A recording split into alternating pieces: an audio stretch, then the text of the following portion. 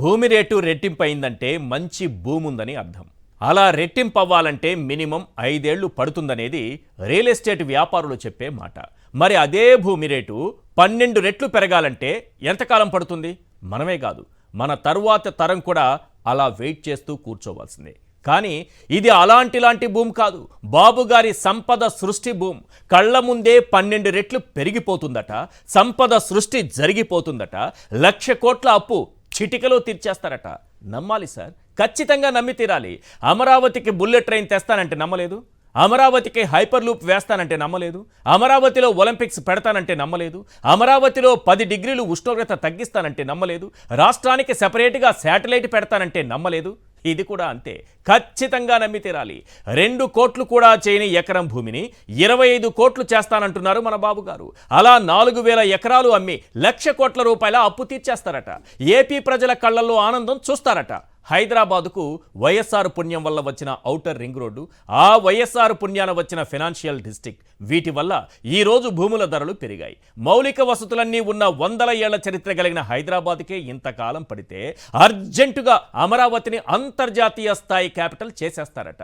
ఎలాంటి కనెక్టివిటీ లేని అమరావతిలో రియల్ ఎస్టేట్ పెంచేస్తారట. అసలు వీళ్ళు వ్యాపారం చేస్తున్నారా, పరిపాలన చేస్తున్నారా? ఇప్పుడు ఇవే ప్రశ్నలు ప్రజలు అడుగుతున్నారు. అయినా 1,00,000 కోట్ల అప్పు తెస్తే ఆ అప్పు తీర్చాల్సింది ప్రజలే కదా. వడ్డీ భారం మోయాల్సింది ప్రజలే కదా. యూజర్ ఛార్జీల బాధుడు భరించాల్సింది ప్రజలే కదా. ఒక్కటి మాత్రం నిజం, 1,00,000 కోట్ల వ్యాపారం వాళ్ళకి, అప్పుల భారం మనకు. అందుకే క్యాపిటల్ ముసుగులో కరప్షన్కు దిగిన చంద్రబాబు అండ్ కోను ప్రజలు 10 ప్రశ్నలు అడుగుతున్నారు. అవేంటో ఒక్కసారి మనం స్క్రీన్ పైన చూద్దాం. పాయింట్ నెంబర్ 1, ప్రపంచ స్థాయి రాజధాని అంటూ డప్పు కొట్టి 1,00,000 కోట్ల అవినీతికి ప్లాన్ గీశారే, ఇది క్యాపిటల్ ముసుగులో కరప్షన్ అంటే. పాయింట్ నెంబర్ 2, మీ రియల్ ఎస్టేట్ వ్యాపారం కోసం 1,00,000 కోట్లు అప్పు తెచ్చి ఒక్క అమరావతిలోనే పోస్తున్నారే, ఇది క్యాపిటల్ ముసుగులో కరప్షన్ అంటే. పాయింట్ నెంబర్ 3, ఓవైపు సెల్ఫ్ ఫైనాన్స్ ప్రాజెక్ట్ అంటూనే మరోవైపు 1,00,000 కోట్ల అప్పులు తెస్తున్నారే, ఇది క్యాపిటల్ ముసుగులో కరప్షన్ అంటే. పాయింట్ నెంబర్ 4, ప్రజా రాజధాని నిర్మిస్తున్నామంటూనే అమరావతి నుంచి 50,000 మంది పేదల్ని తరిమి కొట్టారే, ఇది క్యాపిటల్ ముసుగులో కరప్షన్ అంటే. పాయింట్ నెంబర్ 5, మీరు 1,000 కోట్లు వెనకేసుకోవడానికి 1,00,000 కోట్ల అప్పు, దానిపై వడ్డీని రాష్ట్ర ప్రజలపై మోపుతున్నారే, ఇది క్యాపిటల్ ముసుగులో కరప్షన్ అంటే. పాయింట్ నెంబర్ 6, ఎకరా 2 కోట్లు కూడా పలకని భూమిని 25 కోట్లు చేసి అమ్మి అప్పు తీరుస్తానంటున్నారే, ఇది క్యాపిటల్ ముసుగులో కరప్షన్ అంటే. పాయింట్ నెంబర్ 7, అమరావతిలో భూమి రేటు 12 రెట్లు పెరుగుతుందని ప్రచారం చేస్తూ ప్రజల్ని మోసం చేస్తున్నారే, ఇది క్యాపిటల్ ముసుగులో కరప్షన్ అంటే. పాయింట్ నెంబర్ 8, మీ భూముల విలువ పెంచడానికి ఇన్నర్ రింగ్ రోడ్ అలైన్మెంట్ను అష్టవంకర్లు తిప్పారే, ఇది క్యాపిటల్ ముసుగులో కరప్షన్ అంటే. పాయింట్ నెంబర్ 9, పరిహారం రాదంటూ దళితుల అసైన్డ్ భూములు కొల్లగొట్టి ఆ తర్వాత మీ బినామీలకు ప్యాకేజీ అందించారే, ఇది క్యాపిటల్ ముసుగులో కరప్షన్ అంటే. పాయింట్ నెంబర్ 10, ముంపు నివారణకే 8,000 కోట్లు అవుతుందని వరల్డ్ బ్యాంకు చెబుతుంటే ముంపు లేదంటూ ప్రచారం చేస్తున్నారే, ఇది క్యాపిటల్ ముసుగులో కరప్షన్ అంటే. ప్రజలు అడుగుతున్నటువంటి 10 ప్రశ్నలకు రాష్ట్ర ప్రభుత్వం, ముఖ్యంగా చంద్రబాబు నాయుడు గారు అలాగే మంత్రి నారాయణ గారు సమాధానం చెప్పాలి. ఇప్పుడు కొత్తగా 5,750 కోట్లు అప్పు చేయబోతున్నారు. 5,750 కోట్లు అప్పుడే క్యూ లైన్లో నిలబడ్డటువంటి ఆర్బీఐకి ఇచ్చినటువంటి లిస్ట్ ఇది. 5,750 కోట్లు అప్పు చేయడానికి రాష్ట్ర ప్రభుత్వం సిద్ధమైంది. 1,000 కోట్లు, 1,000 కోట్లు, 1,000 కోట్లు, 1,000 కోట్లు, ఒకటి 3,000 కోట్లు, ఒక 1,350 కోట్లు, ఒక 1,400 కోట్లు, 8 సంవత్సరాలు, 9 సంవత్సరాలు, 12 సంవత్సరాలు, 15 సంవత్సరాలు, 16 సంవత్సరాలు టెన్యూర్తో చేస్తున్నటువంటి అప్పులు. అంటే 16 సంవత్సరాల తర్వాత ఉన్న ప్రభుత్వం అది కట్టాలి. ఇప్పుడు జగన్మోహన్ రెడ్డి గారు కట్టిందంతా అదే. లోకేష్ గారు ఏదేదో చెప్తుంటారు, కానీ ఇదంతా కూడా ఇప్పుడు చేసింది. ఈ అప్పులు దాదాపు 1.5 లక్షల కోట్లు జరుగుతుంది. 1,50,000 కోట్లకి చేరుకుంటే, ఈ అప్పులు 1.5 లక్షల కోట్లకి చేరుకుంటే, ఇప్పుడు అమరావతి పేరు మీదనే చేసిన అప్పు ఒకటి చూద్దాం. కేవలం అమరావతి మీదే, ఒక్కసారి స్క్రీన్ పైన ప్లే చేయండి. కేవలం అమరావతి అప్పు మాత్రమే. అమరావతి అప్పు ఒకసారి చూపించండి. ఆ గ్రాఫిక్స్ ఒకసారి వేస్తే ప్రజలకు క్లియర్గా అర్థమవుతుంది. ఎస్, అమరావతి కోసం చేసిన అప్పులు ఇవి. World bank, Asian development bank నుంచి 15,000 కోట్లు. ఈ రెండింటి నుంచి 15,000 కోట్లు. అంటే ఇందులో 10% కేంద్రం ఇస్తానన్నది, అందులో 1,500 కోట్లు అనుకోండి. మిగతా 13,500 కోట్లు ఈ రెండు బ్యాంకుల నుంచి తీసుకుంటున్నారు. హడ్కో నుంచి 11,000 కోట్లు. జర్మనీ సంస్థ KfW నుంచి 5,000 కోట్లు.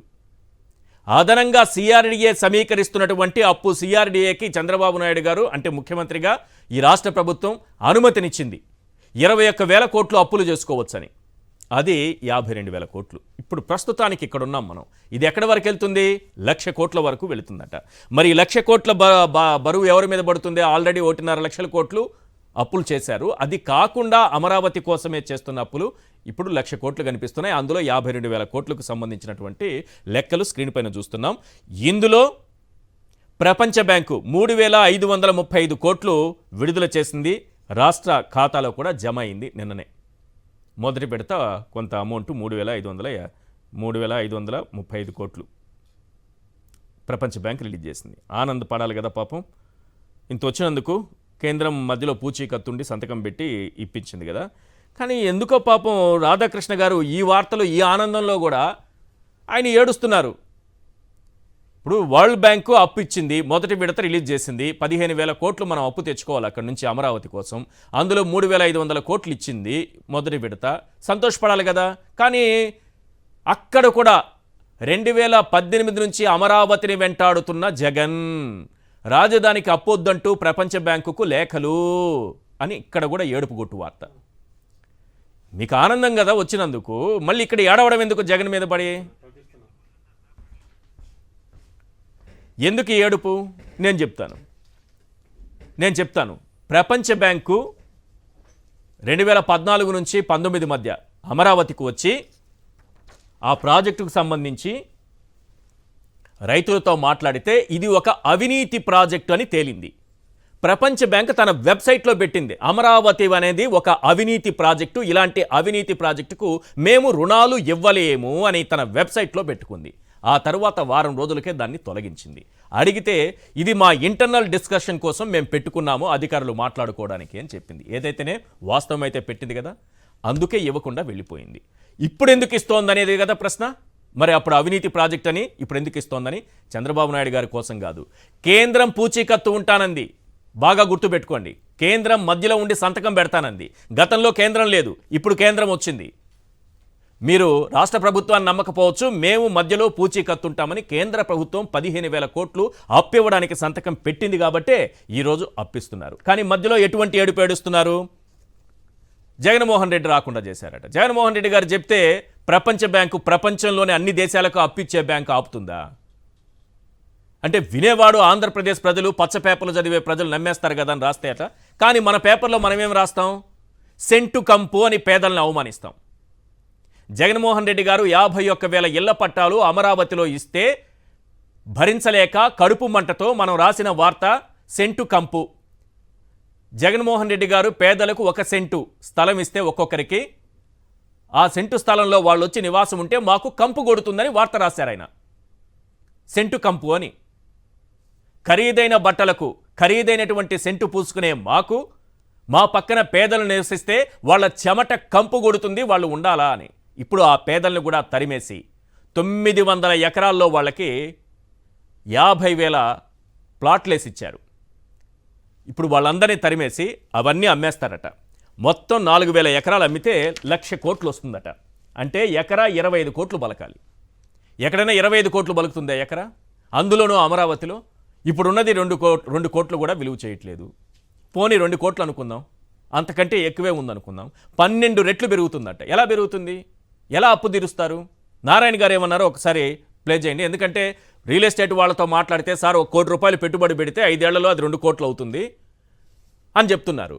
మరి 2 కోట్లు విలువ చేసే భూమి ఎకరా 25 కోట్లు కావాలంటే ఎన్నేళ్లు పడుతుంది? అప్పు ఎప్పుడు తీరుస్తారు? ఈ అప్పు పైన వచ్చేటటువంటి వడ్డీ భారం ఎవరు మోయాలి? చాలా సింపుల్గా చెప్పేస్తున్నారు మంత్రి నారాయణ గారు. ఒకసారి అది ప్లే చేయండి ప్లీజ్. 4,000 ఎకరాల ల్యాండ్ యాక్చువల్గా డెవలప్డ్ ల్యాండ్, అంటే స్క్వేర్ యార్డ్స్లో మిగిలిన ల్యాండ్ ఉంటుంది. ఆ ల్యాండ్ని యాక్చువల్గా మార్కెట్ చేయటం వల్ల, ఆక్షనైజ్ అమ్మటం వల్ల ఇలా రకరకాల మార్గాల్లో దాని నుంచి వచ్చే ఇన్కమ్తోనే ఈ యొక్క అమరావతి క్యాపిటల్ సిటీ కట్టబోయేది.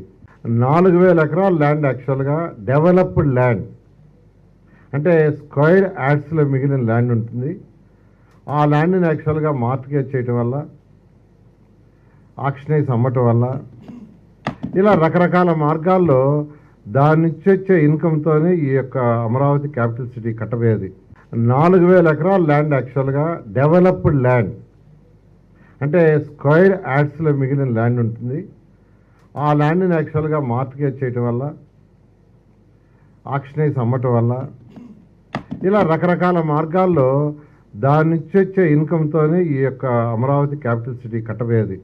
4,000 ఎకరాల ల్యాండ్. సెల్ఫ్ ఫైనాన్స్ ప్రాజెక్ట్ అంటారు, 1,00,000 కోట్లు అప్పు తెస్తున్నారు. 1,00,000 కోట్ల అప్పుల భారం అందరిపైన మోపుతున్నారు. దానికి వడ్డీ భారం మనమే కట్టుకోవాలి, కేంద్రం కూడా కట్టదు, ఎవ్వరూ కట్టరు, మనమే కట్టాలి. ఎవరైతే ఈ అమరావతి పేరుతో 1,00,000 కోట్లు తెస్తున్నారో దీన్ని ఎవరు భరించరు, అంత రాష్ట్ర ప్రజలే భరించాల్సి వస్తుంది. పైగా ఈ భూముల విలువ ఎన్ని రోజుల్లో పెరుగుతుంది? 25 కోట్లు కావాలంటే అక్కడ ఏం సామాన్యమైన విషయమా?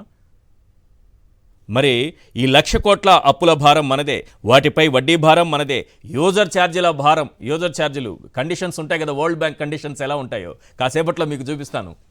ఈ కండిషన్స్ అన్నీ భరించాలి, ఊరికే వచ్చేవు అప్పులు వరల్డ్ బ్యాంక్ నుంచి. అమరావతి ప్రజలపైన ఎటువంటి భారం మోపుబోతున్నారో వరల్డ్ బ్యాంక్ ఎలాంటి యూజర్ ఛార్జీలు మోపాలని చూస్తోందో, దానికి ఎలాంటి అంగీకారం ఈ రాష్ట్ర ప్రభుత్వం తెలిపిందో మొత్తం డీటెయిల్డ్గా మీకు చూపిస్తాను. యూజర్ ఛార్జీల భారం కూడా భరించాలి. ఇంత సొమ్ము ఒక్క అమరావతిలోనే పోస్తే లాభపడేది ఎవరు? ఇది క్వశ్చన్. 1,00,000 కోట్లు తెచ్చి ఒక్క అమరావతిలోనే పోస్తే ఎవరు లాభపడతారు? ఈ అంశంపైన మనం మాట్లాడదాం. అదే సమయంలో ప్రజా రాజధాని అవుతుందా? 50,000 మంది పేదల్ని అక్కడి నుంచి వెళ్ళగొడితే, తన్ని తరిమేస్తే, వాళ్ళ భూముల్ని కూడా అమ్మేస్తే, జగన్మోహన్ రెడ్డి గారు ఇచ్చినటువంటి వాడికి పట్టాలు, ఆ భూములన్నీ లాక్కొని వాటిని కూడా అమ్మేస్తామంటున్నారు, అవి కూడా అమ్మేస్తే అది ప్రజా రాజధాని అవుతుందా? అక్కడ మనలాంటి వాళ్ళకి ఎవరికి కూడా చోటు లేదు. ఇవాళ చర్చలో పాల్గొంటున్నారు ఎంఆర్ పాషా గారు, సీనియర్ అనలిస్ట్, సుధాకర్ బాబు గారు, మాజీ ఎమ్మెల్యే, వైఎస్ఆర్సీపీ నాయకులు, ఇక సందీప్ గారు, వైఎస్ఆర్సీపీ నాయకులు. సుధాకర్ బాబు గారు, అమరావతి అనేది సెల్ఫ్ ఫైనాన్స్ ప్రాజెక్ట్ అని ప్రచారం చేశారు మొన్న. అది కూడా 2019 నుంచి 24 మధ్య, అంతకుముందు లేదు, 14-19 మధ్యలో లేదు. సరే, ఇప్పుడు 1,00,000 కోట్ల అప్పు తెస్తామని మళ్ళీ చెప్తున్నారు. సెల్ఫ్ ఫైనాన్స్ ప్రాజెక్టుకి 1,00,000 కోట్ల అప్పు ఎందుకంటే మేమే అమ్మి 4,000 ఎకరాలు అమ్మి ఆ 1,00,000 కోట్లను తీర్చేస్తామని కూడా అని అంటున్నారు. అసలు 4,000 ఎకరాలు అమ్మి 1,00,000 కోట్ల అప్పు తీర్చేది ఎప్పుడు? అప్పటి వరకు ఈ భారం భరించాల్సిందేనా రాష్ట్ర ప్రజలందరూ? Point number 1. ఒక్క అమరావతిలోనే 1,00,000 కోట్లు పోయడం వల్ల ఎవరు లాభపడేది? సంతోషం అండి. మీకు నాతోటి ప్యానలిస్టులు ఇద్దరికి కూడా నమస్కారం అండి. నమస్తే సార్. తొలి నుంచి కూడా అమరావతిలో రాజధాని నిర్మాణం అనే విషయం రాష్ట్ర ప్రజలకు, ప్రపంచంలో ఉన్న తెలుగు వారందరికీ ఒక అర్థంగాని, అయోమయ పరిస్థితుల్లో పెట్టే ఒక అంశంగానే ఉంటూ వచ్చింది. చంద్రబాబు నాయుడు గారు ఎందుకో దాన్ని వారి యొక్క సొంత వ్యవహారంగా, వారి ఇంట్లో వ్యవహారంగా, లేదా వారి వ్యాపార సంస్థకు సంబంధించిన వ్యవహారంగా, లేకపోతే వాళ్ళ పార్టీకి సంబంధించిన నాయకుల యొక్క ఆస్తులు పెంచుకునేదానికి దీన్ని ఒక వేదికగా చేసుకుని అనేక మార్లు అనేకమైన కుంభకోణాలు దీనిలో బయటకు వచ్చినాయి. ఏది ఏమైనప్పటికీ అమరావతిలో తిరిగి పనులు ప్రారంభించడానికి వైఎస్ఆర్ కాంగ్రెస్ పార్టీ వ్యతిరేకం కాదు స్థూలంగా. కానీ మేము తొలి నుంచి కూడా అమరావతి నిర్మాణంలో మేము డిమాండ్ చేస్తున్న అంశాలు, అది ఒక సామాజిక రాజధానిగా ఉండాలి అనేది మా ప్రాథమికమైన డిమాండ్.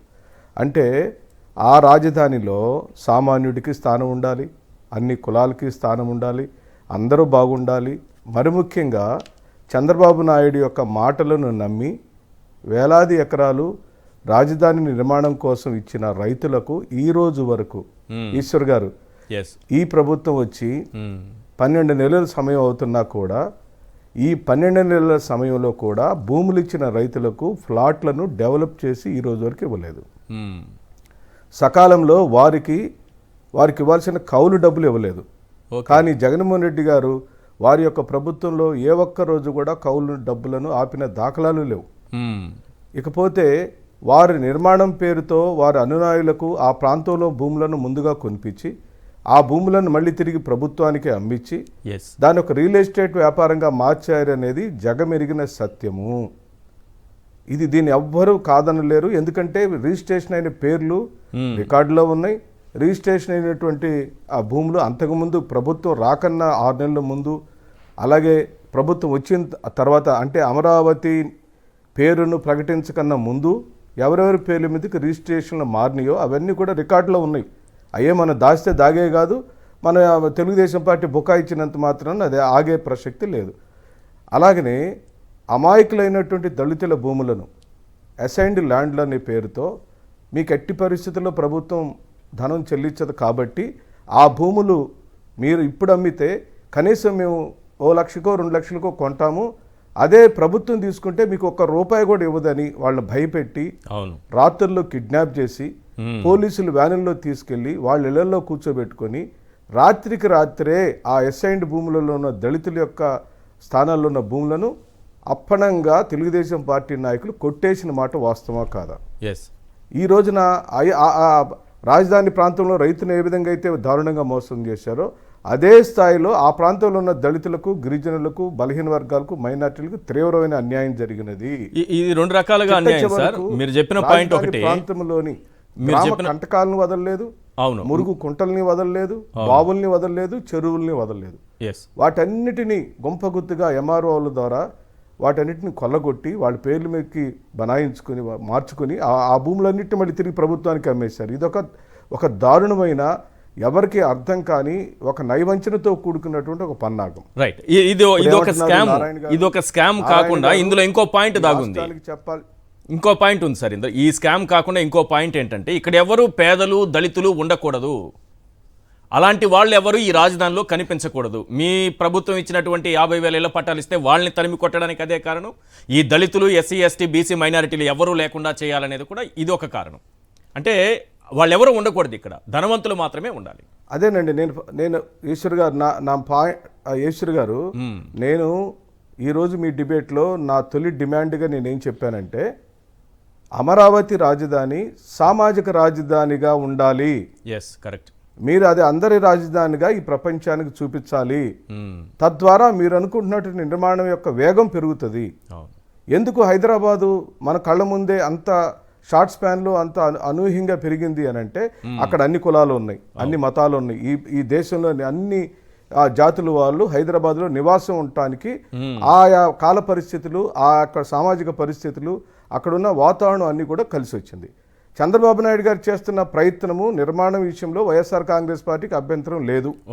కానీ చేస్తున్న విధానం మీద తీవ్రమైన అభ్యంతరాలు ఉన్నాయి. మీరు ఈ రోజున ₹1,00,000 కోట్ల అప్పు తెస్తున్నారు. ఇప్పటికే కొంత శాంక్షన్ అయింది, శుభం, సంతోషం. కానీ అంతకుముందు వచ్చిన 5,000 కోట్ల రూపాయలతో మీరు రాజధాని ప్రాంతంలో ఏ నిర్మాణాలు చేశారు, దాని స్క్వేర్ ఫీట్ కాస్ట్ ఎంత, ఆ నిర్మాణ ఖర్చులతో, అనగా తాత్కాలిక సచివాలయం ఖర్చుతో, తాత్కాలిక అసెంబ్లీ ఖర్చుతో మీరు ఒక శాశ్వత భవన నిర్మాణం ఈ రోజు వరకు ఎందుకు చేయలేకపోయారు? ఇది విఫల రాజకీయం కాదా? అలాగనే హైవే రోడ్డు మీద నుంచి మీరు కలలు కంటున్న రాజధానికి, ఈ ప్రజలందరికీ మీరు చెబుతున్నటువంటి విధానానికి, హైవే మీద నుంచి ఈ రోజు వరకు కరెక్ట్గా 4 లైన్ల రోడ్డు మీరు ఎందుకు నిర్మాణం చేయలేకపోయారు? వచ్చిన డబ్బులన్నీ ఎక్కడికి వెళ్ళినాయి? గుత్తేదారులకు మీరు ఎంతెంతకి పర్సంటేజ్లకు అమ్మేశారు అనేది మీరు లెక్క చెప్పాలి. ఈ రోజున నారాయణ గారు చాలా తెలివిగా వారేం చెబుతున్నారు, 1,00,000 కోట్ల విలువ చేసేటువంటి అప్పులను సునాయాసంగా మేము తీసుకురాగలుగుతున్నాము, దానికి తిరిగి మళ్ళీ ఎలా చెల్లిస్తాము అని అంటే ఇక్కడున్న భూములలో, అనగా రైతులచే తీసుకోబడిన భూములను దాని యొక్క విలువ పెంచి దాన్ని తిరిగి బయట ప్రైవేటు శక్తులకు అమ్మేసి ఆ డబ్బులతో రాష్ట్ర ప్రభుత్వం యొక్క అప్పు తీరుస్తాం అంటున్నారు. ఏమండి, మీరు తీసుకునేది ₹1,00,000 అప్పు అయితే మీరు అప్పు తీర్చే సమయానికి ఆ 1,00,000 కోట్లు ఎంత అవుతుందండి? ఆ లెక్క చెప్పండి ముందు. మీరు అసలు రాజధాని నిర్మాణం యొక్క కాల పరిమితి ఎంత పెట్టారు? 5 సంవత్సరాల, 6 సంవత్సరాల, 7 సంవత్సరాల, 10 సంవత్సరాల? నా బిడ్డల తరాలు కూడా ఇప్పుడు తీసుకొస్తున్న 1,00,000 కోట్ల అప్పులు తీర్చడానికి మా జీవితాలు సరిపోతాయా? అలాగనే ఒకే చోట కేంద్రీకృతమైనటువంటి ఆర్థిక సంపద, రాష్ట్ర రాజధానిగా ఈ రోజున మనము ఇక్కడికి వచ్చి తిప్పలబడాల్సిన పరిస్థితి ఎత్తుకొచ్చింది చంద్రబాబు నాయుడు గారి వల్ల వచ్చింది. చంద్రబాబు నాయుడు గారు వారొక్కరే పేరు తెచ్చుకోవటం కోసం వారొక్కరే ఈయన పెద్ద నాయకుడు అని అనిపించుకోవటం కోసం ఆ రోజున హైదరాబాద్లో ఆంధ్రప్రదేశ్లోని జిల్లాలన్నిటి యొక్క డబ్బులన్నీ తీసుకెళ్లి హైదరాబాద్లో పెట్టారు అనేది అన్ని పేపర్ల మీద ఉంది, జనాలకు అందరికీ తెలుసు. ఈ రోజున మళ్ళీ అదే ప్రయత్నం చేస్తే, ఆ ప్రయత్నం చేయబట్టే ఈ రోజున మనం తెలంగాణ నుంచి తరిమి వేయబడ్డాం. మీ ఆధ్వర్యంలో 3 ఎమ్మెల్యే సర్దుకొని మీరు అర్ధరాత్రి అక్కడి నుంచి కేసీఆర్ వెళ్ళిపోమంటే వచ్చేశారు. ఇది తీవ్రమైన అన్యాయం కాదా? మళ్ళీ ఈ రోజున మీరు రియల్ ఎస్టేట్ వ్యాపారం చేయటం కోసం, మీ ప్రభుత్వం రియల్ ఎస్టేట్ వ్యాపారం చేయటం కోసం మళ్ళీ అప్పులు చేస్తామని చెప్పి మాయ మాటలు చెబుతున్నారు.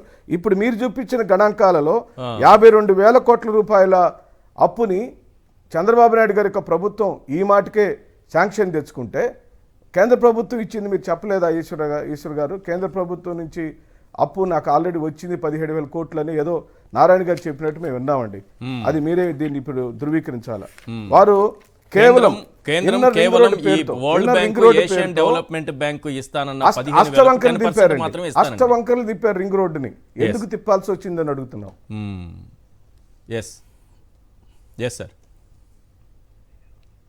మీరు అంటే రాజధాని భూములు మీరు తీసుకున్నప్పుడు ఎక్వైర్ చేసినప్పుడు, అనగా తుళ్ళూరు పరిసర ప్రాంతాల్లో లేదా మంగళగిరి పరిసర ప్రాంతాల్లో ఉన్న భూముల విలువ ఎంత? అలాగే మీరు రాజధాని పేరుతో ఈ రోజున 2 కోట్ల రూపాయలు, మీరు చెప్పింది అక్షరాలా నిజం, 2 కోట్ల విలువలో భూములు ఉన్నాయి. ఆ భూములు వీరు చెబుతున్నట్టుగా ఆ 1,00,000 కోట్లు తీర్చాలి అని అంటే 40,000 ఎకరాలు అమ్మాల్సి వస్తే 40,000 ఎకరాలు ఇంటూ 25 కోట్ల రూపాయలకి భూములు ఇప్పుడు అమ్మాలండి. అది సాధ్యమేనా? ఎందుకు మీరు ఈ రాష్ట్ర ప్రజల యొక్క చెవుల్లో పూలు పెడుతున్నారు చంద్రబాబు నాయుడు గారు? మరి నారాయణ గారు అయితే ఏమీ తెలియనట్టుగా మెత్తగా శుద్ధి మెత్తగా బ్రహ్మాండంగా అబద్ధాలు, బ్రహ్మాండంగా నయవంచనకి మళ్ళీ తెరలేపారు. ఈ రోజున మేము అడుగుతుందంటే ప్రజలకు మీరు స్పష్టమైన శ్వేతపత్రం విడుదల చేయాలి.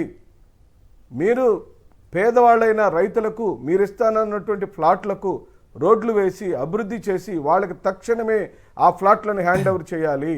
ఇవన్నీ ఏమి లేకుండా మేము భవనాలు కడతాం, ఇదిగో ఈ భవనం ఇలా ఉంది, ఈ భవనం ఇలా ఉందని గ్రాఫిక్స్ లో మాకు సినిమాలు చూపించడం తప్పించి క్రియాశీలకంగా ఒక్క భవన నిర్మాణమైన జరిగిందా?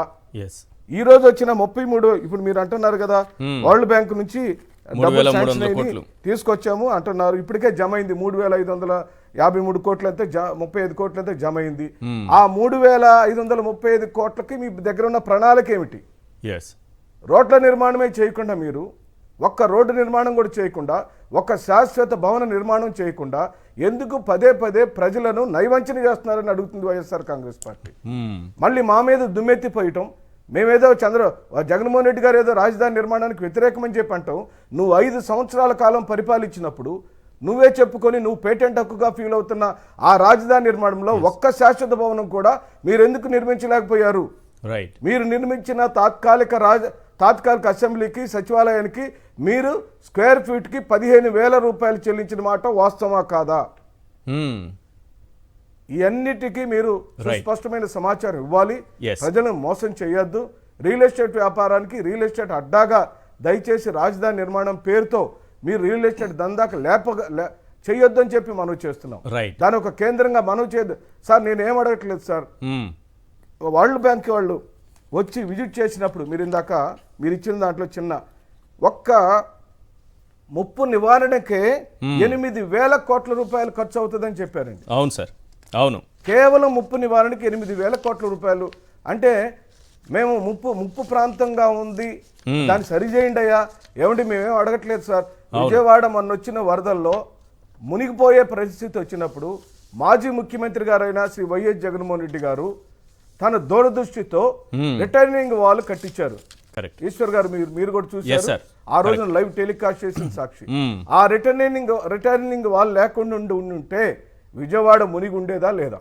ఇది నిజమా కాదా? దీన్ని చంద్రబాబు నాయుడు తెలుగుదేశం పార్టీ ఒప్పుకోవాలా లేదా? మాకే గనక అమరావతి మీద పూర్తిగా వ్యతిరేకత ఉంటే ఆ రోజు రిటర్నింగ్ వాల్ కోసం అన్ని 100 కోట్ల రూపాయలు ఎందుకు చెల్లించాలండి? ఎందుకు జగన్మోహన్ రెడ్డి గారిని ఒక కార్నర్ చేసి జగన్మోహన్ రెడ్డి గారిని కొన్ని శక్తులకు దూరం చేయాలని లేదా కొన్ని సామాజిక వర్గాలకు దూరం చేయాలని ఒక కుట్రపూరితమైన రాజకీయ వ్యవహార శైలి కనపడుతుంది. కానీ విస్తృత ప్రయోజనాలు అక్కడ తెలంగాణలో దారుణంగా అవమానపడిన ఆంధ్రులకు, తెలంగాణ నాయకులచే దారుణంగా అవమానపడిన ఆందోళనకు న్యాయం చేస్తామని పదే పదే మీరు చెప్పి Yes. కేవలం గ్రాఫిక్స్ లో పెట్టిన మీ రాజధాని క్రియాశీలకంగా స్పష్టంగా రోడ్డు మీదకి ఈ రాజధాని ప్రాంతంలో నిర్మాణం చేయమని అడుగుతున్నాం. Right. వ్యతిరేకమే కాదు, కానీ మీరు చేయాలి. అది Yes. సామాజిక రాజధానిగా ఉండాలి, Right. అందరూ ఉండదగ్గ రాజధానిగా ఉండాలి. Yes. నేను ఏవైతే 53,000 మందికి ఇళ్ల పట్టాలు ఇచ్చామో దానిలో దళితులు, బలహీన వర్గాలు, గిరిజనులు, మైనార్టీలు, కమ్మవారిలో పేదవారు, రెడ్డి గారిలో పేదవారు, బ్రాహ్మణుల పేదవారు, క్షత్రియుల పేదవారు అందరికి ఇళ్ల పట్టాలు ఇచ్చారు జగన్మోహన్ రెడ్డి గారు. దయచేసి ఆ ఇళ్ల పట్టాల జోలి పోవద్దని చెప్పి మనం చేస్తున్నాం.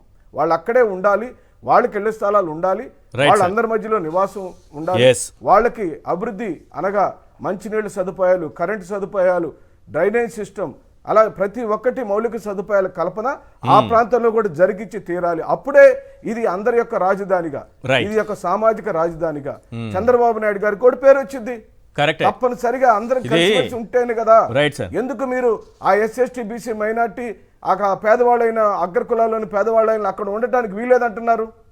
ఎందుకు ఉండకూడదు? ఎస్. ఎందుకు అందరం కలిసిమెలిసి ఉండకూడదు? ఆ ప్రాంతంలో ఎందుకు ఉంటే ఏమవుతుందండి? అమెరికా వెళదాం రండి, లేదా ఢిల్లీ వెళదాం రండి, లేదా ఈ ప్రపంచంలో ఎక్కడికైనా వెళదాం రండి.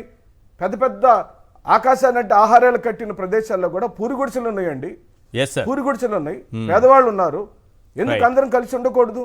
రైట్. ఎందుకు మీరు దీనికి ఇది ఒక పెద్ద డ్రామాగా, ఇది ఒక పెద్ద వ్యవహారంగా, ఎవరికి అర్థం కాని జడపాదార్థంగా, ఇదేదో చంద్రబాబు నాయుడు గారికి, లోకేష్ గారికి, నారాయణ గారికి వీళ్ళు ముగ్గురికే సంబంధించిన అంశంగా ఏమండి? ఆ డబ్బులు, ఆ 1,00,000 కోట్లు అనేవి ప్రజల యొక్క డబ్బులు కాదా? ఈ అప్పుని ఎవరు తీరుస్తారు? చంద్రబాబు నాయుడు గారు సొంతగా తీరుస్తారా? లోకేష్ గారు సొంతగా తీరుస్తారా? లేదా నారాయణ గారు సొంతగా తీరుస్తారా? ఎలా తీరుస్తారని చెప్పి అడుగుతున్నాం. తీరుస్తారని అడుగుతుంటే వీళ్ళు రాజధానికి వ్యతిరేకం అంటున్నారు. అయ్యా బాబోయ్, రాజధానికి వ్యతిరేకం అనే అంశం మీరు వదిలేయండి, మీరు చేసి చూపించమని చెప్పి అంటున్నాం. కానీ దానికి కాల పరిమితి ఎంత? ఈరోజు 1 సంవత్సరం అయింది. ఈ 1 సంవత్సరంలో కూడా మీరు ఒక్క నిర్మాణం చేయలేదు. కనీసం హైవే మీద నుంచి రోడ్డు వేయలేదు. ఎందుకు వేయలేదు? పథకాలు ఎట్లాగ ఇవ్వట్లేదు మీరు? రాష్ట్ర ఖజానా నిండా డబ్బులు ఉన్నాయి. మీరు చాలా సూపర్ 6 పథకాలని వెళ్ళిపోయినాయి. ఆ పథకాలకు ఇచ్చే డబ్బులని ప్రజల డబ్బులు, ఆ డబ్బులు మీ దగ్గర ఉన్నాయి. కనీసం మీరు చెబుతున్న రాజధానిలో కూడా రోడ్డు నిర్మాణాలు ఎందుకు జరగట్లేదని అడుగుతున్నాం. Yes yes. ఇక్కడ ఇంకొక విషయం, ఇంతకుముందు మీరు అన్నారు కదా ముంపు గురించి. రాజధాని అమరావతికి ముంపు ఉందంటే వాళ్ళని అక్కడే సమాధి చేయాలని చంద్రబాబు నాయుడు గారు అన్నారు మొన్న బుడమేరు వరదలు వచ్చి విజయవాడ కొట్టుకుపోయిన సమయంలో. కానీ వరల్డ్ బ్యాంక్ ఇచ్చినటువంటి రిపోర్ట్లో 8,000 కోట్లు ముంపు నివారణకే కావాలంది. ఎక్కడెక్కడ ఎటువంటి చర్యలు తీసుకోవాలో చెప్పింది, ఎక్కడ ఎత్తిపోతల కట్టాలో చెప్పింది, ఎక్కడ అడ్డుగోడలు నిర్మించాలో చెప్పింది. 8,000 కోట్ల రూపాయలు దానికే ఖర్చు అవుతుందని చెప్తోంది వరల్డ్ బ్యాంక్. మరి ఇప్పుడు ఏం చేయాలి? ఎవరిని సమాధి చేయాలి? ఇక్కడే పాతేస్తాను అన్నారు ఎవరైనా మునిగిపోయిందని అంటే. ఒకటి. రెండో అంశం, అమరావతి మునగలేదని చంద్రబాబు నాయుడు గారే అంటారు. ఎవరైనా అటు ప్రచారం చేస్తే వాళ్ళపైన యాక్షన్ తీసుకుంటాను, వాళ్ళని సమాధి చేద్దాం అని అంటారు. మరి చంద్రబాబు నాయుడు గారు అదే బుడమేరు వరద వచ్చిన సమయంలోనే, ఆ వర్షాలు పడినప్పుడే రాజధాని ప్రాంతంలో అనేక గ్రామాలు నీట మునిగిపోతే వరద సాయం అందించారు. అమరావతిలో వరద సాయం మునగలేదన్నారు, వరద సాయం చేశారు. మునిగిపోయిందంటే అక్కడే సమాధి చేస్తానంటారు. 1,039 మందికి 80.88 లక్షల పరిహారం, 11 గ్రామాల ప్రజలకు వరద సాయం. ఇది పరిస్థితి. ఎస్, మీరు చెప్పండి సార్, ఏంటి 1,00,000 కోట్ల అప్పేంటి? దీన్ని 4,000 ఎకరాలు అమ్మి తీర్చేస్తానంటున్నారు నారాయణ గారు. అది సాధ్యమయ్యే పనేనా? అందరికీ నమస్కారం అండి. సార్, ఇక్కడ సెల్ఫ్ ఫైనాన్స్ క్యాపిటల్ ముందుగా అర్థం చేసుకోవాల్సిన విషయం ఏంటంటే, ఇట్ ఈస్ ఎ స్కామ్. ఇందాక సార్ చెప్పినట్లు గ్రామాలలో ప్రజలకి అర్థమయ్యేటట్టు చెప్పడం అనేది మన బాధ్యత. వాళ్ళకి అర్థం అవ్వాలి. ఎందుకంటే ఇక్కడ కావాలని చెప్పేసి కొంతమంది దీన్ని నిజంగా అర్థం కాకుండా ఒక కన్ఫ్యూజన్ క్రియేట్ చేస్తున్నారు. సింపుల్గా అమరావతి ఈజ్ ఎ స్కామ్. ఎట్లా అంటే, అమరావతి అనౌన్స్మెంట్ జరగక ముందే ఇందాక సార్ చెప్పినట్లు కొంతమంది భూములను కొనడము, ఆ భూములు రిజిస్టర్ అవ్వడం, ఆధారాలు ఉన్నాయి, ఒకసారి చూసుకోవచ్చు. కొన్న తర్వాత ప్రభుత్వానికి ఇష్టారీతిన అమ్మడం. అక్కడ కొన్ని లక్షల కోట్లు, బహుశా అంటే నా అంచనా అండి, స్టేట్ బడ్జెట్ దాటిపోయి ఉంటుంది ఈ స్కామ్. భారతదేశంలోనే అత్యంత పెద్ద స్కామ్. దీన్ని వెలుగులోకి తేవాలి. అట్లీస్ట్ నెక్స్ట్ టైం 2029లో వైసీపీ ప్రభుత్వం వచ్చిన తర్వాతనైనా సరే ఈ స్కామ్ని బయటికి తేవాలి. ఇక నేను ప్రజలకి ఒక సింపుల్ విషయం చెప్పాలనుకుంటున్నాను. సహజ నగరాలు, ఒక ఉదాహరణ సహజంగా ఇది ఏర్పాటైన చాలా నగరాలు. అవసరం సార్ ప్రజలు. వీటికి ఒక కొన్ని ప్లస్ పాయింట్స్ ఉంటాయి. ఉదాహరణకి మనం తీసుకుంటే ఢిల్లీ ఉంది, వారణాసి ఉంది, హైదరాబాద్ ఉంది, కలకత్తా ఉంది, మన చెన్నై ఉంది. ఇట్లాంటి సహజ నగరాలకి కొన్ని అడ్వాంటేజెస్ ఉంటాయి. ముందుగా గ్రౌండ్ వాటర్ అడ్వాంటేజ్ అనేది ఉంటుంది. రెండోది వచ్చేసి తాగునీరు, సాగునీరు అనేది ఉంటుంది. మిగతాది ఇంకోటి ప్రకృతి వైపరీత్యాలకు దూరంగా ఉంటాయి ఈ సహజ అవి అలా సహజంగా అభివృద్ధి చెందడానికి ఇదే కారణం. ఇప్పుడు మీరు చెప్పిన ప్లస్ పాయింట్సే కారణం. ప్రకృతి వైపరీత్యాలు కూడా జరగవు. అవును. కాకపోతే మ్యాన్ మేడ్ అంటే కృత్రిమ నగరాలు, ఉదాహరణకి అమరావతి. ఈ కృత్రిమ నగరాలకు ఉన్న దరిద్రం ఏంటంటే ఇక్కడ ఏ ఫెసిలిటీ ఉండదు. గ్రౌండ్ వాటర్ అనేది ఉంటుందా ఉండదా తెలియదు, ఓకే, ఎప్పుడు పోద్దో తెలియదు. తాగునీరు, సాగునీరు అందించగలమా తెలియదు. న్యాచురల్ కెలామిటీస్ ఏదన్నా ఇష్యూ వస్తే మొత్తం వరదలు వచ్చి కొట్టుకోబోయే పరిస్థితి మొన్నటికి మొన్న విజయవాడలో మనం చూసినాం. కొంతమంది మీరు ఇందాక చెప్పారు, భయపెట్టారు. ఏమని అంటే మీరు నిజాలు మాట్లాడితే తీసుకెళ్లి లోపలిస్తామన్నా కూడా కొంతమంది, సరే మీడియా వాళ్ళంటే భయపడి ఉండొచ్చు, సోషల్ మీడియా వాళ్ళు భయపడలేదండి. వాళ్ళు నిజంగా ముందుకొచ్చి వీడియోలు తీసి మరి ఆధారంతో సహా, మళ్ళీ ఇది అన్నో షూట్ చేసిన, అందుకే పక్కన ఏదో ఒక రెఫరెన్స్ బిల్డింగ్ అనేది షూట్ చేసి వాళ్ళు ఇక్కడ సోషల్ మీడియాలో వేశారు. ఆ నిజాలు మనం చూసినాం. మొత్తం అమరావతి మునిగిపోయింది. ఇది నిజంగా వరల్డ్ బ్యాంక్ కూడా చెప్తోంది కదా, చంద్రబాబు నాయుడు గారు ఎందుకు ఒప్పుకోవట్లేదు?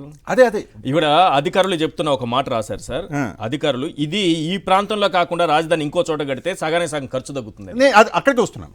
ఇక్కడ అమరావతి గురించి ఇంకో విషయం చెప్పాలి. అమరావతి స్ట్రక్చర్ కట్టడానికి, ఓన్లీ స్ట్రక్చరే మొత్తం కాదండి, ఒక 3 లక్షల కోట్లు అప్పు అవుతుంది, అంటే ఖర్చు అవుతుంది అని చెప్పి ఒక అంచనా మాత్రమే. 3 లక్షల కోట్లు అప్పు తీసుకుంటే రాబోయే 100 ఏళ్ల వరకు, 100 సంవత్సరాల వరకు రాష్ట్రం కుదేలైపోద్ది. పరిస్థితులు ఎంత దారుణంగా మారుతాయంటే ఈ పెన్షన్లు, ఈ స్కీములు పక్కన పెట్టండి, జీతాలు 6 నెలలకు ఒకసారి వచ్చే పరిస్థితులు ఉంటాయి. ఇది ఫ్యాక్ట్. ఉద్యోగులకి జీతాలు కూడా 6 నెలలకు ఒకసారి వచ్చే పరిస్థితి ఉంటుంది. మరి ఎందుకని చెప్పేసి ఇంతగా పట్టుబట్టి మరి అమరావతి అంటున్నారు. పెద్ద పెద్ద నగరాలు ఉన్నాయి, విజయవాడ ఉంది, విశాఖపట్నం, చాలా ఉన్నాయి నగరాలు. ఎందుకు అమరావతి అంటే అమరావతి పేరు మీద జరిగినటువంటి స్కామ్, కొన్ని లక్షల కోట్ల స్కామ్ జరిగింది. ఆ స్కామ్ జరిగింది కానీ ప్రజలకి ఎవరికి అర్థం కాకుండా స్కామ్ చేశారు. పెద్ద పెద్ద స్కామ్లు అయితే జరిగినాయి, చిన్న చిన్న స్కామ్లు ఇందాక సార్ చెప్పినట్లు రోడ్లు కూడా తిప్పి వేసుకున్నారు వాళ్ళే. ఇంత పెద్ద స్కామ్ అన్నది. నెక్స్ట్ ఈయన ఏం చేస్తున్నాడు అంటే మన చంద్రబాబు నాయుడు గారు గాంధీనగర్ అని చెప్పేసి, అహ్మదాబాద్ మన గుజరాత్ క్యాపిటల్ గాంధీనగర్ ఉంది. 1965లో గాంధీనగర్, అది కూడా ఏంటంటే అది కృత్రిమంగా కట్టినటువంటి నగరం. గాంధీనగర్ అనేది న్యాచురల్ కాదు, కృత్రిమంగా కట్టారు. అప్పుడు సాధ్యమైంది, అది 1965 అప్పుడు సాధ్యమైంది. కానీ ఈరోజు అసాధ్యం. ఎందుకు అసాధ్యం అంటే ఇందాక నేను చెప్పినట్లు ఖర్చు. ఆ ఖర్చు రాష్ట్రం అన్నది నిజంగా 100 ఏళ్ళు వెనక్కి వెళ్ళిపోద్ది. ఇక్కడ ఇంకోటి, సరే కడదాం, ఓ మాట అనుకున్నాం, సరే కట్టినాం. ఏం కట్టారు మీరు? కట్టినటువంటి సచివాలయంలోకి నీళ్ళు ఎట్టు వచ్చినాయి నాకు చెప్పండి. ఒక చిన్న వాన అండి, ఇయ్యాల కూడా హైదరాబాద్లో వాన పడుతుంది. ఓ చిన్న వాన పడితే సచివాలయంలోకి నీళ్ళు వస్తే చెమ్ములతోటి పోసారు. ఆ వీడియోలో ఆ విజువల్స్ ఈ రోజు వరకు కూడా నాకు కనిపిస్తున్నాయి. మీరు ఋషికొండ భవనాలపైన అంత విషయం కక్కడానికి కారణం అదే చెప్తున్నాను. 1500 కోట్లు పెట్టి చిన్న వర్షానికి లోపలికి నీళ్లు వచ్చేటటువంటి పరిస్థితి. జగన్మోహన్ రెడ్డి గారు ప్రభుత్వం కోసం ప్రభుత్వ భవనాలు 500 కోట్లతో అద్భుతమైన భవనాలు కడితే అది విషం కక్కడానికి అత్యంత ప్రధానమైన కారణం ఇదే. అదే సరే నేను అనేది, ఆయన కట్టుకున్నారని. జగన్మోహన్ రెడ్డి గారు కట్టినటువంటి ఋషికొండ గురించి మాట్లాడుతున్నప్పుడు మీకు తెలుసు, ఒక 3-4 రోజులు అదే నడిచింది ప్రాపగెండా అన్నది. చాలా బాగా చూపించారు. ఆ బాత్రూమ్లు, ఆ ఫ్యాన్లు, ఆ బిల్డింగ్, ఆ కన్స్ట్రక్షన్ చూపిస్తే నాకు ఎంత ఆనందం వేసిందంటే ఇంత తక్కువ ఖర్చులో ఎట్లా కట్టాడు ఈయన. 400 ఏంటుందా ప్రభుత్వ ఖర్చు? 280, 300 కోట్లు రిలీజ్ చేసింది ప్రభుత్వం ఇప్పటి వరకు. ఏదో చెప్తున్నారు 500 కోట్లు వేసుకోండి. అదే 1500 కోట్లతో మనం ఏం కట్టాం అక్కడ? అదే అంటున్నాను, ఇంత బాగా ఎట్లా కట్టాడు అంటే అవినీతి జరగలేదు. ఇది అర్థం చేసుకోవాల్సింది. ఇక్కడ చంద్రబాబు నాయుడు గారి పేడ్ ఛానల్సే ఈ ఎల్లో మీడియాని జగన్మోహన్ రెడ్డి గారిని పొగుడుతున్నాయి. ప్రజలు, ముఖ్యంగా గ్రామాలలో ఉన్నటువంటి ప్రజలు అర్థం చేసుకోవాలి. జగన్మోహన్ రెడ్డి గారు ఆయన సొంతానికి కట్టుకున్నారు, ఎవరైనా కడతారా సార్? ఎక్కడైనా ఒక జీవో ఉందా, ఒక ఆధారం ఉందా? జగన్మోహన్ రెడ్డి గారు చెప్పారా నా సొంతందని? మీ విషయమే, మీరు అన్నదే ఒప్పుకుందాం. అది ఆ ప్రాపర్టీ ఎవరి పేరు మీద? జగన్మోహన్ రెడ్డి గారి పేరు మీద ఉందా? గవర్నమెంట్ దా? మరి ఇచ్చామని చెప్పాలి. సరే, ఇప్పుడు ఎవరు అనుభవిస్తున్నారు మరి? ఇప్పుడు ఎవరు యూజ్ చేసుకుంటున్నారు మరి? ఆ విషయం కూడా మనం ఆలోచించాలి. రెండోది, నాకు అర్థం కాక అడుగుతాను, ఇక్కడ సింపుల్ అండి, 4000 ఎకరాలు అమ్ముతాను, డెవలప్డ్ ల్యాండ్. ఇక్కడ ఆయన ఉన్న వర్డ్ ఒకసారి గమనించండి. డెవలప్డ్ ల్యాండ్ 4000 ఎకరాలు అమ్మి విజయవాడని సెల్ఫ్ క్యాపిటల్ సిటీగా మేము నిర్మిస్తామని చెప్పేసి చెప్పారు. ఎంత? 1,00,000 కోట్లు టార్గెట్. అది అప్పు తెచ్చి అమ్మడం ఎందుకండి? 4 రోజులు ఆగి అమ్మిన తర్వాత కట్టండి. మళ్ళీ చెప్పండి నాకు అర్థం. అప్పు తెచ్చి 1,00,000 కోట్లు అవును 4,000 ఎకరాలు అమ్మి మళ్ళీ 1,00,000 కోట్లు అప్పు కట్టడం ఎందుకు? వడ్డీ వేస్ట్. అవును 4 రోజులు ఆగండి, ఓ 2 సంవత్సరాలు, ఈ 4,000 ఎకరాలు అమ్మి డబ్బు వస్తుంది కదా 1,00,000 కోట్లు. ఓకే దాంతో ఎవరు ఇస్తారు? 25 కోట్లు ఎవరు ఇస్తారు సార్ ఎక్కడ? Sir logic less, meaning less ఇది. మీరు 2 కోట్లు అన్నారు, మీరు చాలా పెద్ద గుండె మీది. 2 కోట్లు లేదు అక్కడ. అక్కడ ఏదో కొన్ని ఏరియాలలో అది ఓకే, ఉన్నది కూడా పడిపోయింది. అరే 25 లక్షలు లేదు సార్. 2 కోట్ల పైన కూడా ఉండొచ్చు, నాకు తెలియదు. యావరేజ్ గా నేను లెక్కేసుకున్నాను. సరే, నేను మిమ్మల్ని ఒక ప్రశ్న అడుగుతా. ఎవరైనా సరే అమరావతి అనే సో కాల్డ్ క్యాపిటల్లో ఎందుకు ఇన్వెస్ట్ చేస్తారు? నేనైనా సరే, మీరైనా సరే, ఎవరైనా ఎందుకు చేస్తారు ఇన్వెస్ట్? ఎవరు చేయరు. ఎందుకంటే ఇక్కడ ఎన్ని పొలిటికల్ లొసుగులు క్రియేట్ చేసిండు చంద్రబాబు నాయుడు గారు అంటే, ఒక కులతత్వం తీసుకొచ్చిండు, ఎక్కడ లేని ఇష్యూలని క్రియేట్ చేసిండు. రేపు పొద్దున మళ్ళీ జగన్మోహన్ రెడ్డి గారు వస్తే మళ్ళీ ఏమవుతుందో అన్న భయం కూడా ఇప్పుడు ఆనెస్ట్గా చెప్పాలంటే ఉంది. కానీ జగన్మోహన్ రెడ్డి గారు ఎప్పుడు దాన్ని వ్యతిరేకించలేదు. ఆయన ఎప్పుడు కూడా అమరావతి రాజధాని అన్నారు, అందరు రాజధానిగా ఉండాలి, ఆయన కేవలం ఒక సామాజిక వర్గం రాజధానిగా ఉండదు అని చెప్పి ఆయన అన్నాడు. అయినా కూడా ఇన్వెస్టర్స్ మనసులో అది ఉందండి. ఏమని ఉంది? రేపు పొద్దున్న 2029లోనో లేదా జమిలీ ఎలక్షన్లు వస్తే అంతకంటే ముందు జగన్మోహన్ రెడ్డి గారు వచ్చుడు ఖాయం. ఇప్పుడే వ్యతిరేకత చాలా ఉంది. వచ్చినాక మళ్ళీ ఈ పరిస్థితులు ఏముంటాయో, ఎందుకు మనం పాలిటిక్స్ లోకి దిగడము, ఇక్కడ ఇన్వెస్ట్ చేయడం కంటే ముందు జగన్మోహన్ రెడ్డి రాజకీయ అంశాలు పక్కన పెడితే మామూలుగా ఒకరు ఇన్వెస్ట్ చేయాలనుకుంటే అక్కడ అన్ని సౌకర్యాలు ఉండాలి, కనెక్టివిటీ ఉండాలి, ఇన్ఫ్రాస్ట్రక్చర్ ఉండాలి, ప్రతి ఒక్కటి ఉండాలి. ఏముందని అమరావతికి వెళ్ళడానికి? ఇప్పుడు హైదరాబాద్లో ఇన్వెస్ట్ చేయడానికి అమరావతిలో ఇన్వెస్ట్ చేయడానికి చాలా తేడా ఉంటుంది కదా. అదే వైజాగ్ తీసుకోండి, అదే అన్ని రకాల కనెక్టివిటీ ఉందా లేదా, ఇంకోటి ఇన్ఫ్రా ఉందా లేదా? ఇందాక మీరు లెక్క చెప్పారు 55,000 కోట్లు అని చెప్పేసి. నాకు అర్థం కాని విషయము, నేను ఆ విషయం వినంగానే నాకు అర్థం కాని విషయం ఏంటంటే, మీరు సెల్ఫ్ ఫైనాన్స్ అన్న తర్వాత అప్పు వైపు అసలు ఎందుకు చూస్తున్నారు? ఎందుకని చెప్పేసి 52,000 కోట్లు, అది చిన్న అమౌంటా సార్? 52,000 కోట్లు అంటే. రెండోది, అందులోకి వెళ్ళి 3,500 చిల్లర కోట్లు ఆల్రెడీ వచ్చేసింది. మరి అప్పు చేసి, సరే మీరు ఎందుకు అప్పు వైపు చూస్తున్నారు? ఒకటి. రెండు, ఈ అప్పు చేసి మీ ప్లాన్ ఏంటి? ఈ అప్పు చేసి రోడ్లు కడతారా? ఈ అప్పు చేసి మళ్ళీ సచివాలయాలు కడతారా? ఈ అప్పు చేసి మీరు ఏం చేస్తారు? లేదంటే ఎవరి జేబులో కన్నా వెళ్తుందా? అమరావతి క్యాపిటల్ ఉండాలి అని అనుకున్నారు. ఓకే, అమరావతినే ఉంచుదాము. ఏం కావాలి? అసెంబ్లీ కావాలి, సెక్రటేరియట్ కావాలి, ఒక హైకోర్టు కావాలి, అధికారులకి బిల్డింగ్లు కావాలి, లేకపోతే క్వార్టర్స్ కావాలి, ఇంతకు మించి విషయం కావాలి. ఇవి తప్ప ఏముంటది? వీటికి 1,00,000 కోట్లు ఎందుకు అవుతుంది సార్? వ్యాపారం చేయాలనుకుంటే 1,00,000 కోట్లు అవుతుంది. ఇవన్నీ చేయడానికి 1,500 కోట్లు, 2,000 కోట్లు అవుతుంది మామూలుగా. లేదా ఒక 10,000 కోట్లు వేసుకోండి, 20,000 కోట్లు వేసుకోండి, 3,00,000 కోట్లు సరిపోదు. ఒక స్ట్రక్చర్ కూడా రాదు. ఎట్లా మీకు చెప్తాను నేను. ఒక నగరం 1000 సంవత్సరాల నుంచి ఉందో, 500 సంవత్సరాల నుంచో ఒక నగరం ఉంటే, ఆ 500 సంవత్సరాల చరిత్ర ఉన్నటువంటి ఒక నగరాన్ని కేవలం నేను 5 సంవత్సరాల్లో 10 సంవత్సరాల్లో నిర్మిస్తా అంటే దానికి అయ్యే ఖర్చు అంత ఇంత కాదు. మీరన్న 10,000 కోట్ల రూపాయలు రోడ్లు వేయడానికి సరిపోవు సార్, బిల్డింగ్లు కట్టడానికి. మొన్న చంద్రబాబు నాయుడు గారు సచివాలయం 1,500 రూపాయలు పెట్టి 1,500 కోట్లు పెట్టి కట్టిన మీరే అన్నారు కదా. 1,500 కోట్లు. మరి 10,000 కోట్లలో రాజధాని కడతానండి. ఇప్పుడు అంటే కిలోమీటర్కి 53 కోట్లు అంట మరి రోడ్ వేయడానికి. మరి అవుతుంది నవ్వు రాట్లేదా? కిలోమీటర్కి నేషనల్ హైవేస్ కూడా 20 కోట్లతో వేస్తూ ఉంటే, అమరావతిలో రోడ్డు నిర్మాణానికి 1 కిలోమీటర్కి 53,88 లక్షలు ఖర్చు పెడుతున్నారట. మరి ఇది నేషనల్ హైవేస్ కూడా సాధ్యం కానిది, ఇది ఏం రోడ్డు ఎక్కడ వేస్తున్నారంటే గాల్లో ఒకటే కింద ఒకటి వేస్తారు. చాలా ప్రణాళికాబద్ధంగా, చాలా ప్లాన్ చేసుకుని చేస్తున్నటువంటి స్కామ్ ఇది. దీన్ని బయట పెట్టాలి అంటే చాలా కష్టం. కానీ బయట పెడితే కనుక ఈ కోల్గేట్లు, 2Gలు, 3Gలు, ఈ స్కామ్లు ఉన్నాయి కదా ఇండియాలో, కాంగ్రెస్ పార్టీ చేసిన బొచ్చటి స్కామ్లు ఉన్నాయి. ఆ స్కామ్లన్నీ ఒకవైపు, అమరావతి రాజధాని స్కామ్ ఒక్కటి ఇంకోవైపు నిలబడుతుంది. అంత పెద్ద స్కామ్ అండి ఇది. రైట్. ఒకసారి మన సందీప్ గారితో మాట్లాడు. సందీప్ గారు, ఏంటి సార్ ఇది? ఈ 4,000 ఎకరాలు అమ్మి 1,00,000 కోట్ల అప్పు తీరుస్తామని అంటున్నారు. అది సాధ్యమయ్యే విషయమేనా? రెండోది, ఇప్పుడు అప్పులు తెస్తే మామూలు విషయం కాదు సార్, అప్పులన్నీ తీర్చాలి. ఒకటి, కేంద్రం ఏం సహాయం చేయదట. 2, వడ్డీల భారం మనమే మోయాలి. మూడోది, యూజర్ ఛార్జీలు కూడా మోపుతుందట. వాళ్ళే చెప్తున్నారు. ఎవరు? వరల్డ్ బ్యాంక్ చెప్తోంది యూజర్ ఛార్జీలు చాలా ఉన్నాయి, ఆ యూజర్ ఛార్జీలు కూడా మోపుతారు. యూజర్ ఛార్జీలు అంటే నాకు తెలిసి రాజధాని ప్రాంత వాసులకే పడుతుంది అది.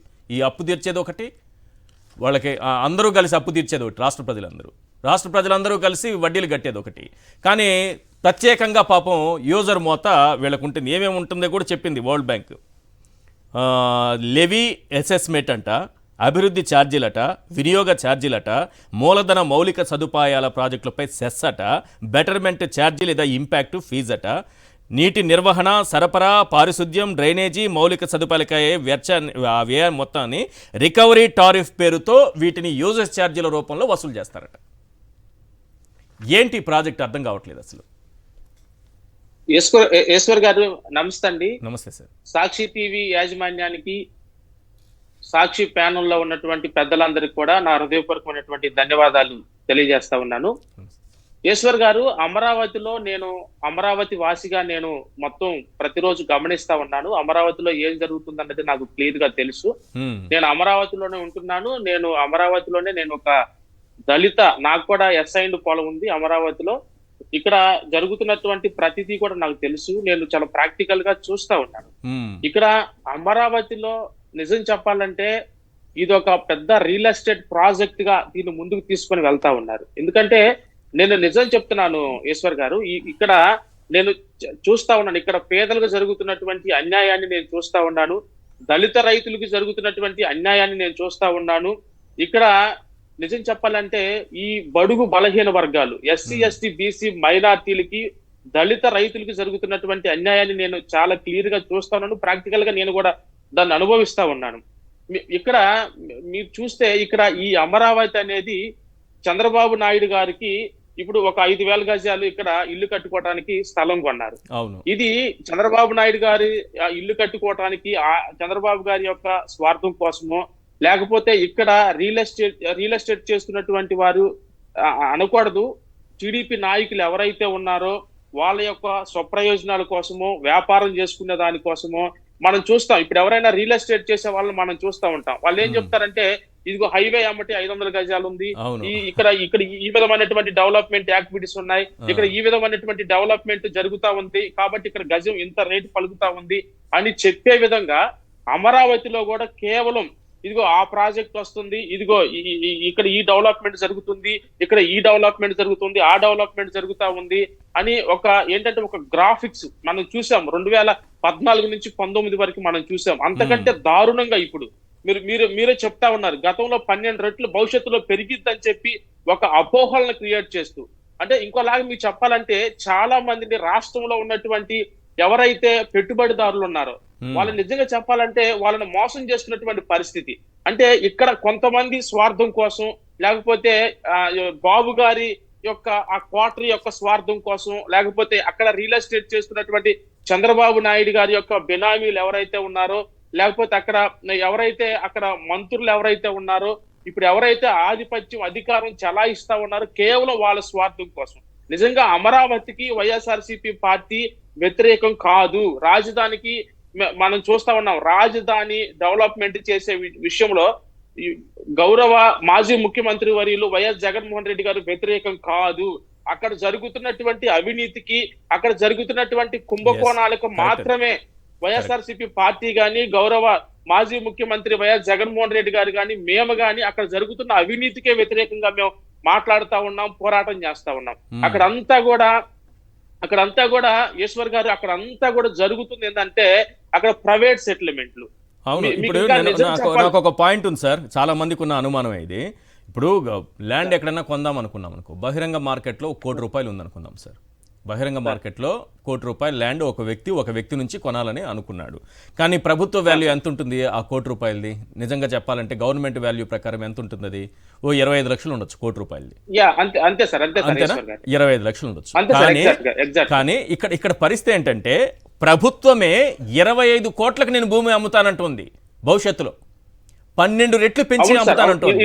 అంటే చుట్టుపక్కల ఉండేటటువంటి రియల్టర్లంతా కూడా 100 కోట్లు లెక్కేసుకోవాలి ఎకరానప్పుడు. అవును సార్. వాళ్ళని భ్రమంలో ముంచి వాళ్ళ జీవితాలను నాశనం చేయడం తప్పిస్తే ఇందులో వాస్తవికత ఏమాత్రం ఉందా? ఎగ్జాక్ట్ గా ఈశ్వర్ గారు, ఇదంతా కూడా ఒక గ్రాఫిక్స్ మార్కెట్. ఇది నేను నిజం చెప్తా ఉన్నాను, ప్రజల క్షేమం కోసం కాదు వీళ్ళు ఇక్కడ పనిచేస్తుంది. రాష్ట్ర ప్రయోజనాలను దృష్టిలో పెట్టుకొని వీళ్ళు అమరావతి ప్రాజెక్ట్ ను ముందుకు తీసుకువెళ్ళటం లేదు. వీళ్ళు కేవలం వీళ్ళ యొక్క స్వార్థం కోసం. నిజం చెప్తా ఉన్నాను, అమాంతం 30% పెంచేశారు. తమ్ముడు కూడా ఐడియా ఇక్కడ ఎస్ఐన్ రైతులు పడుతున్నటువంటి ఇబ్బందులు నేను చూస్తా ఉన్నాను. ఎస్ఐన్ రైతులు ఎవరైతే ఉన్నారో ఈ గతంలో ఎస్ఐన్ రైతులు ఎవరైతే ఉన్నారు ఈశ్వర్ గారు, వీళ్ళ దగ్గర 5 లక్షలకి 10 లక్షలకి 2014-2019 వరకు భూములు కొని ఇప్పుడు వీళ్ళందరూ కూడా ఎవరైతే గతంలో కొన్న వాళ్ళు ఉన్నారో వీళ్ళందరూ దళిత రైతుల దగ్గరికి వచ్చి మేము ఏదైతే గతంలో కొన్నామో అదే మేము గతంలో కొన్నటువంటి ఆ మార్కెట్ ఆ డబ్బులకే ఇప్పుడు మాకు రిజిస్ట్రేషన్ చేయమని చెప్పి పేద దళిత రైతుల యొక్క ఇళ్లలోనికి వెళ్లి టీడీపీ నాయకులు బెదిరిస్తున్నటువంటి పరిస్థితి ఈ రోజు చూస్తా ఉన్నాం. నిజం చెప్పాలంటే మందడం డిఎస్పీ ఆఫీస్ లో కూడా విపరీతమైన ప్రైవేట్ సెటిల్మెంట్, ఒక ల్యాండ్ మాఫియాకి అడ్డాగా మారింది అమరావతి అని చెప్పి ఇక్కడ నేను చాలా ప్రాక్టికల్ గా చూస్తా ఉన్నాను. సుధాకర్ బాబు గారు ఏదో పాయింట్ చెప్తున్నారు, ఒక్క నిమిషం మళ్ళీ కంటిన్యూ చేస్తారు. సుధాకర్ బాబు గారు మీ పాయింట్ ఏంటి సార్, ఏదో చెప్పారు? ఏంటంటే అండి, తమ్ముడికి కూడా తెలిసి ఉంటుంది సందీప్కి, ఈ మధ్య పెంచిన రిజిస్ట్రేషన్ ఛార్జెస్లలో రాష్ట్రం అంతా ఒక రేటు పెడితే ఒక్క రాజధానిలోనే రిజిస్ట్రేషన్ వాల్యూ ప్రభుత్వము 30 రెట్లు పెంచిందండి. దెబ్బతో వాళ్ళు అనుకుంటున్న కోర్ క్యాపిటల్ ప్రాంతం మినహాయించి విజయవాడ, గుంటూరు, మంగళగిరి లేదా తదితర ప్రాంతాలలో, అంటే అసలు కొత్త సిఆర్డిఏ పరిధిలో ఉన్న రాజధాని ప్రాంతంలో ఉన్న భూముల విలువ అంటే రిజిస్ట్రేషన్ విలువ పెంచి ఎక్కడ కూడా ఇంకా కొనుగోలు కనెక్ట్ చేసేసారండి. ఓకే, అమ్మకాలు కొనుగోలు ఇక ఎక్కడ జరగకూడదు. ఇది ఒక కుట్రలో అంతర్భాగం. మేము కూడా ఇప్పుడు మీరు మీ డిబేట్ ద్వారా మా డిమాండ్ ఏంటంటే దయచేసి ఆ రిజిస్ట్రేషన్ వాల్యూని తక్షణమే పాత రేట్లకు తీసుకురావాలి. ఓకే, రియల్ ఎస్టేట్ వ్యాపారులు, చిన్న చిన్న వ్యాపారులు, మధ్యతరగతి వాళ్ళు, దాని మీదే జీవనోపాధి మీద ఉన్నవాళ్ళు, అలాగనే ఈ ప్రాంతంలో భూములు కొనుక్కోవాలని ఆశపడుతున్న చిన్న మధ్యతరగతి కుటుంబ యజమానులకు అసలు ఈ ప్రాంతంలో భూములు కొనటం అనేది ఆ రిజిస్ట్రేషన్ వెళితే అయ్యే పని కాదండి. రైట్, అయ్యే పనే కాదు. అంటే చంద్రబాబు నాయుడు గారికి విస్తార ప్రయోజనాలు కావాలనుకున్నప్పుడు, అందరు బాగుండాలని కోరుకున్నప్పుడు, ఆ రియల్ ఎస్టేట్ వ్యాపారులు కూడా బాగుండాలి. రైతులకు ఇచ్చిన భూమి కాక ఇంకా వందలాది ఎకరాలు ఉందండి. ఈ రోజున ఆ రైతు ఆ భూమిని మళ్ళీ అమ్మాలన్నా కొనాలన్నా చాలా నడ్డి విరిగే పరిస్థితి ఉంది. రైట్, సందీప్ గారు ప్లీజ్ చెప్పండి.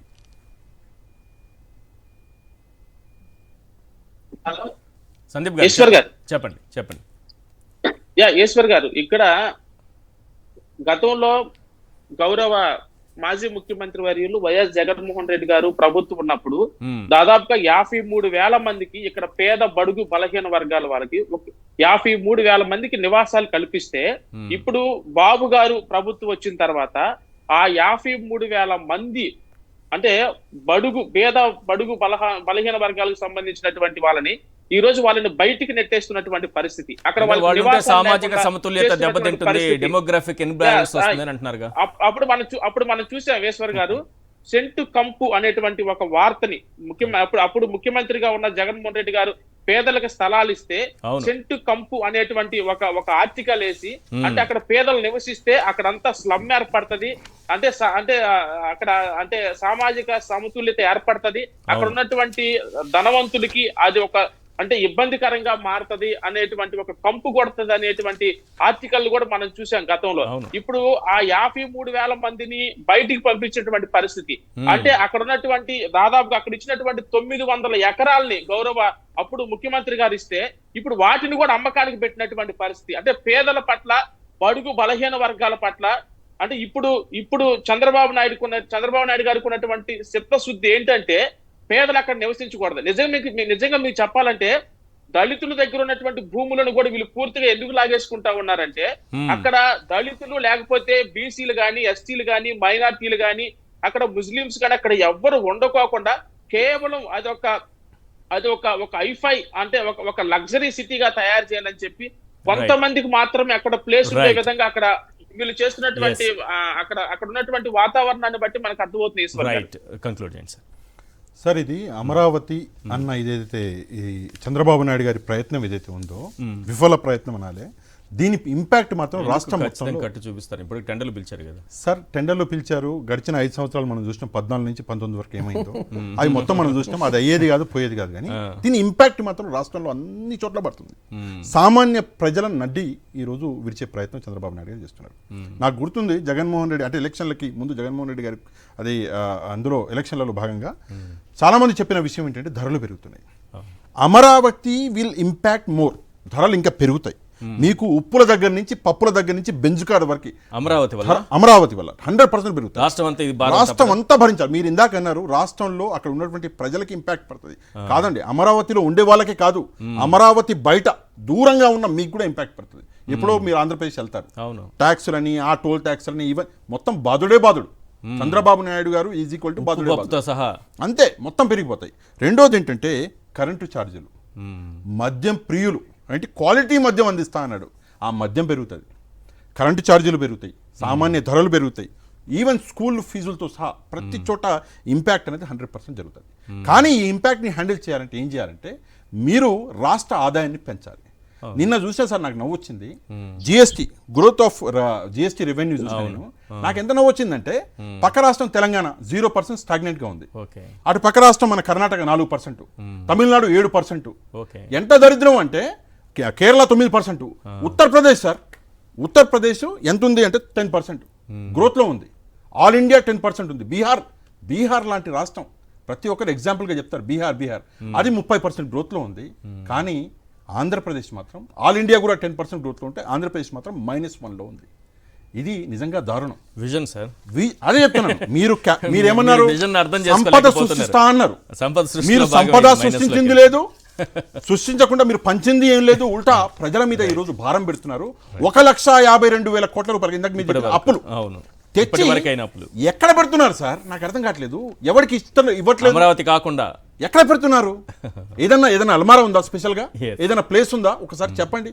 ఎందుకంటే ఎవరికి మాత్రం ఇస్తలేరు. ఆ పెన్షన్ తప్పిస్తే ఇచ్చింది ఏం లేదు. ఈ రోజేమో పెన్షన్ ఇస్తున్నా అదే మొత్తం అంటున్నాడు. Yes. అదే నేను మొత్తం ఇచ్చినట్టు జగన్మోహన్ రెడ్డి బట్టనే ఇచ్చినట్టు. అన్ని బట్టలతో సమానం. జగన్మోహన్ రెడ్డి గారు బటన్లు నొక్కి డీబీటీ నాన్ డీబీటీ ద్వారా అందిస్తే ఈయన ఇదొక్కటి ఇచ్చేసి సమానంగా అయిపోయింది. దాని వెనుక అంతరార్థాన్ని పరమార్థాన్ని అర్థం చేసుకోవట్లేదు. ఇది ఒక్కటే మీకు ఇంకా లేవు ఏమి సరిపెట్టుకోండి అంటున్నారు. పెట్టుకోండి అని పరమార్థం అది. దాని వెనుక బటన్ వెనుక పరమార్థం అది. థ్యాంక్ యూ సార్, చర్చలో పాల్గొన్నందుకు పాషా గారు, సుధాకర్ బాబు గారు, అలాగే సందీప్ గారు. థ్యాంక్ యూ సో మచ్ అండి. ఇది వంటి చర్చా కార్యక్రమం చూస్తూనే ఉండండి సాక్షి టీవీ.